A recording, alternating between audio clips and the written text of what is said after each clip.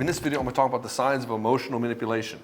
And if your woman can manipulate you, if your wife, your girlfriend, or even your family members, if they can emotionally manipulate you, they are more powerful than you and that they can control you with negativity, negative emotions. And so this is incredibly toxic in a relationship. And if you allow this to continue, you run the risk of having your woman leave you or cheat on you, and certainly she's not going to see you as a dominant man that she is attracted to, because if she loses respect for you, she cannot be attracted to you. Now she'll say she loves you, but she won't be in love with you. And all of you men want the in love with you. I desire you, I appreciate you, and I want you all the time. So we're going to go over the top 5 signs of manipulation and what you can do to prevent them from happening in your life. My name is Ed Baxter, and I help guys in betrayal situations. I've coached thousands of men. Tens of thousands of men have come through my doors in one form or another. I've had over 3,000 guys come through the Betrayed to Badass program. And that's what we do. We'll get you to that place where you make the right decision for you and your children. Sign 1, guilt tripping. Now, I know a thing or two about guilt tripping. My mom was the queen of guilt tripping. In other words, if she wanted you to do something, she'd act like the victim and try to make you feel responsible for it so that you'd feel guilty and eventually do it. So she'd be saying stuff like, I guess it's just me. I guess I'm the only one here who wants to clean up. I guess I'm the only one who cares about anything. And the whole point of this is, on the flip side of this, is she's saying, hey, you should care more than I care so that you will go do the thing. And by you not doing that, you're demonstrating to me that you don't care. Right? So what she's leveraging is that you don't care about her, and you feel guilty that you didn't demonstrate that you cared about her in whatever fashion that is. And what that is, that's a guilt trip. Guilt trips are telling you one thing. Hey, you should be ashamed of yourself. You should not like yourself for being who you are. And this is the flip side of it. And when you believe what she says, this is how you end up feeling. Man, I'm just not that good of a person. Man, I must really be kind of I must be heartless. I must not really care about other people. And I feel bad because I don't want to come off that way. I don't want to show that I care. But the thing is the guilt trip elicits the response that they want. And so even if you are demonstrating this, even if you are demonstrating that you care, that doesn't matter. The person who used the guilt trip sees that it works. They're going to keep doing this. And if they keep doing this, you're going to keep falling into this pattern of, I guess I am clueless. I guess I don't care. And this is where they get you. When you start questioning yourself, you start questioning your own belief in yourself, this is when it really takes hold, and then you become accustomed to it. She'll be guilting you all the time, and you just become desensitized to it. This is just your normal operating procedure. And so how do you stop this from happening? Call it out. You're trying to guilt me into doing something, and I don't appreciate it. And so you have to tell them that you don't appreciate it. I'm not going to be guilted into something. If you want something, ask me directly.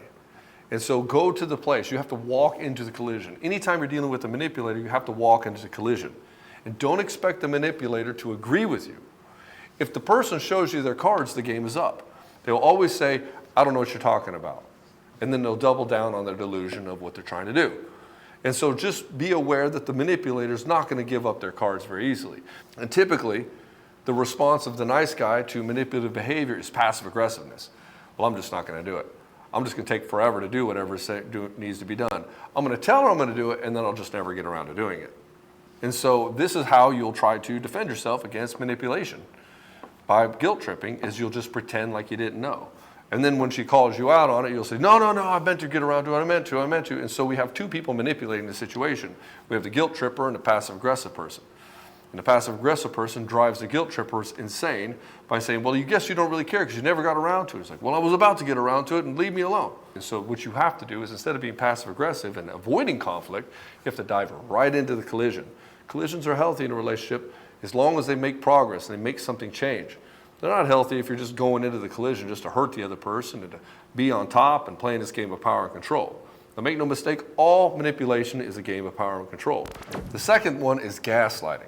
Now, gaslighting means don't believe your eyes, believe what I say. So this is one of those situations where, let's say your wife spent a bunch of money and there's a credit card bill that came in. You say, what's all this money? She's like, I didn't spend that. I don't know what that is. I have no idea what that is. Maybe it's fraud. And you're like, hold on a minute. That's not fraud. You actually spent it. She's like, no, I didn't.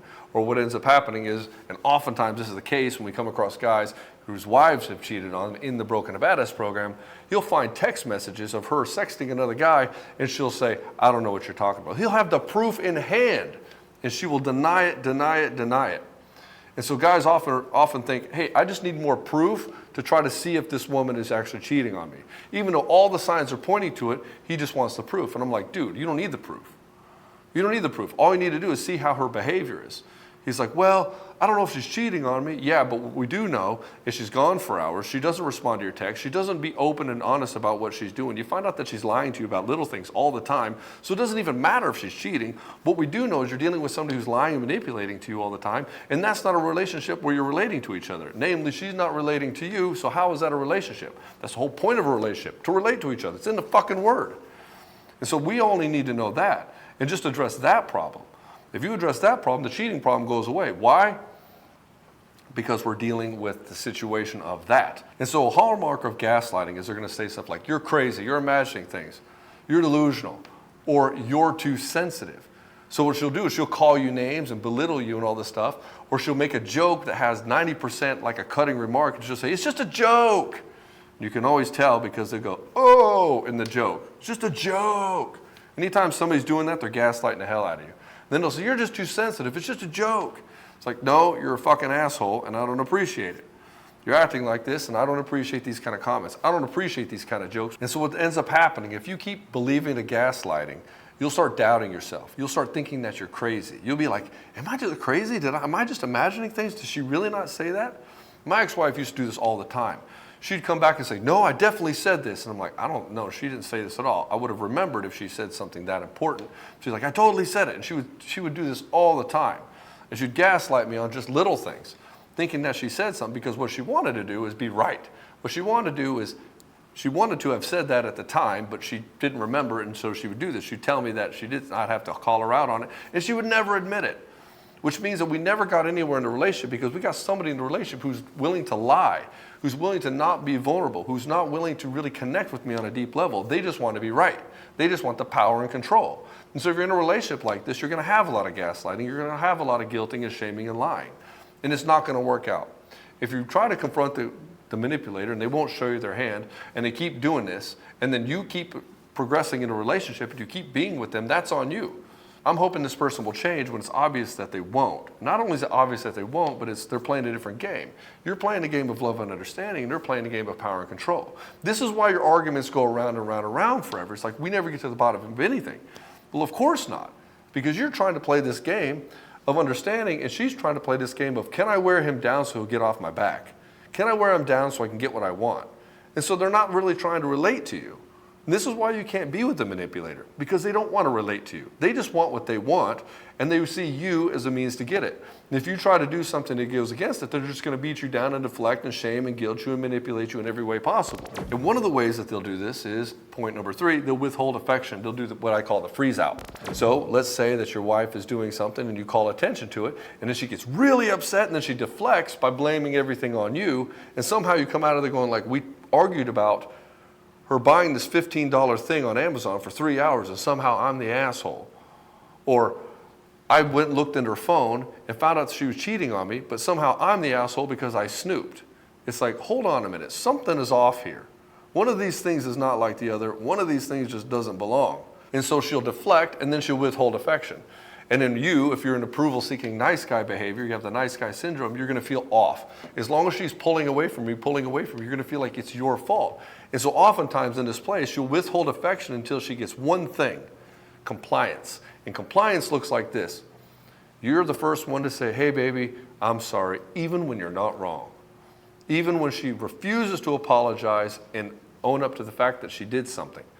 And the manipulator will never apologize. Because if they apologize, that means they'll have to make a shift. That means they'll have to change. If they admit fault, then they have to change. They don't want to admit fault because they don't want to change. They want to keep doing what they're doing.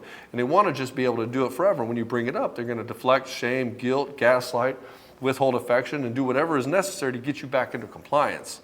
And so the withholding affection, the freeze out, is a method of emotional abuse. It is considered emotional abuse to give you an emotional freeze out. So just keep that in mind, that you are in an emotionally abusive relationship. And when they can manipulate you by guilting, shaming, deflecting, gaslighting you, an emotional freeze out, what comes with it is now constant judgment. This person's an idiot no matter what happens. And so they hold you in contempt. And they'll get these belittling remarks all the time. And because you won't stand up to the manipulation, the manipulator thinks, well, I can say whatever I want. And in fact, they kind of deserve it, because if they were powerful enough, they'd stand up to it. In a sense, they're kind of right. If you're unwilling to stand up to it, well, you do deserve it. Do you deserve it as a human? No, you don't. You don't deserve to be that way. But if you keep willingly putting yourself in this situation, you're asking for it. And so you have to take responsibility on this. That if you keep putting yourself in this situation, you are absolutely asking for it. You can ignore reality, but you can't ignore the consequences of ignoring reality. And what you ignore, what you tolerate, you're encouraging. So you're asking her to do more. And so you can't allow these constant criticisms and judgments hit you. You have to call them out directly. All manipulation must be called out directly. Don't try to play this game of let's dance around it, let's not get her in a bad mood. No, get to the point where it costs the manipulator something to manipulate you, even if it is her own sensibility and emotional state. The manipulator manipulates because it's easier for them to try to do this than to get something else. In other words, it's the easiest, shortest path for them. So this isn't marked by somebody who is big on delayed gratification. So if you bring the conflict, they're going to be like, it's not worth it. It's not worth it. It's just like when you put a fence around your yard because you're worried about some asshole stealing your air conditioner. What he'll do is he'll take your neighbor's instead of yours. Why? Because you got a fence and it's too much trouble. I might as well just go get it from over here. And this is what the manipulator will do. They'll manipulate somebody who's easier. They'll just move on to somebody who's easier. Now you, as a sensible guy and a nice person, you trying to tell the manipulator that they're wrong, that they should be different, and try to get them to understand how they're affecting other people, you're wasting your fucking time. Your job isn't to teach her how to be a good person. Your job is to stand up for yourself and stand up for your family and what you believe in and the principles that you want to follow by. And if you start falling under her wing and you start falling into everything that she wants, you're not doing that at all. And so you can't sit here and try to tell her to be different. You have to just say, I'm going to be this way. I'm not going to allow this in my life. Now, if this pisses her off and she can't be with me, so be it. Good. That means I've remedied something in my life. Now, if she sees that it doesn't work and she makes a change and she makes a difference, and I don't tell her what to do, I just say, you can't do that around me. If she makes that pivot, great, awesome. If that bleeds onto other people, even better. And the fifth thing that they do is they play the victim. It's never their fault. It's never their fault. So when you bring up something, it's like, well, it wasn't my fault, something happened. It was like in the show Trailer Park Boys. Ricky was always a perpetual victim. It was hilarious. Like he'd take his car and ram it into somebody's house. Like, well, it really wasn't my fault anyway, because if Julian had done this other thing, I wouldn't be in the car to begin with. So really, I shouldn't even be here. It's like, dude, you're driving a car and you wrecked it in the house. It was hilarious because they made a trope on this whole thing, this joke. And so for you, if she's always playing the victim, that means she will never take responsibility, which means she will never apologize, and this also means she'll make you the issue for even bringing it up. And so when you're with somebody who always plays the victim, realize this is somebody who willfully doesn't take responsibility for things in their life, which means they will never take and adopt a growth-oriented mindset. Now, they'll tell you that they do. They'll tell you that they don't want drama in their life. They'll tell you that they are very spiritual and growth-oriented, but then they'll always be the victim. And so somebody who goes into victim thinking like this, realize that they're not really interested in growth. They're interested in complaining and other people saving them. And if you're a nice guy with nice guy tendencies, nice guy syndrome, you will perpetually be this white knight who's always trying to save her from circumstances and her own emotional state. This is by design, by the way. And you think that, well, I can't just leave her. I can't just do this. It would crush her. It's like, yeah, you're the crutch. She's made you the crutch. And I went through this too when I was in college. I was with a girl. I allowed this to happen to me quite heavily, so I get it. I get what it's like. It feels like you can't get out from under it. It feels like if you leave, everything's going to fall apart. She's going to fall apart, and she makes you responsible for everything. And then when you believe it, you're like, shit, man, she'll never find anybody better. I'm the worst one, or I'm the best she'll ever find. And it's a bunch of bullshit. All it is just a thing of like, yeah, you're the white knight. You're the only one who can save her, and she's got you rope-a-doped into this place of you can't do your own personal development because you're worried about hers. And the last thing here I want to talk about is emotional manipulation doesn't happen all at once. It happens a little bit at a time, over time. It's like sharks in the ocean. Like they won't just bite you out of the gate. They'll bump you a little bit to see if you're tasty. And so she'll do this. She'll bring some sort of conflict to you and see how you react, something small. And then if you cripple to it, you collapse to it, she'll bring something a little bit bigger. And then over time, a little bit bigger and a little bit bigger. And before you know it, she's taken over your entire life, your own sensibilities, your own sense of agency. And so just realize that if you're in this position now, it's because of a lot of steps that you've allowed to happen prior. And so it's kind of like the substitute teacher who comes into the classroom. If he doesn't come in on day one, first thing in the morning, say, fuck it, don't fuck around, kids, you're going to the principal's office, they'll straighten up. But if you come in around 2 o'clock, and you try to be like, kids, please, I need you to finally settle down. We only got an hour left of class. That's what you're doing. They're not going to listen to her. And this is the same situation that you're in. So when it comes to boundaries, you have to be completely relentless with them. When it comes to manipulation, you cannot allow it to happen even a little bit, because it's insidious. It'll slowly creep in. Before you know it, you've lost yourself based on whatever this other person needs. And so, brother, if you like this video, hit the like button. Other guys will see it. It'll pop up in their feed. And if you want to see more like this, go ahead and hit the subscribe button, and I'll see you in the next video.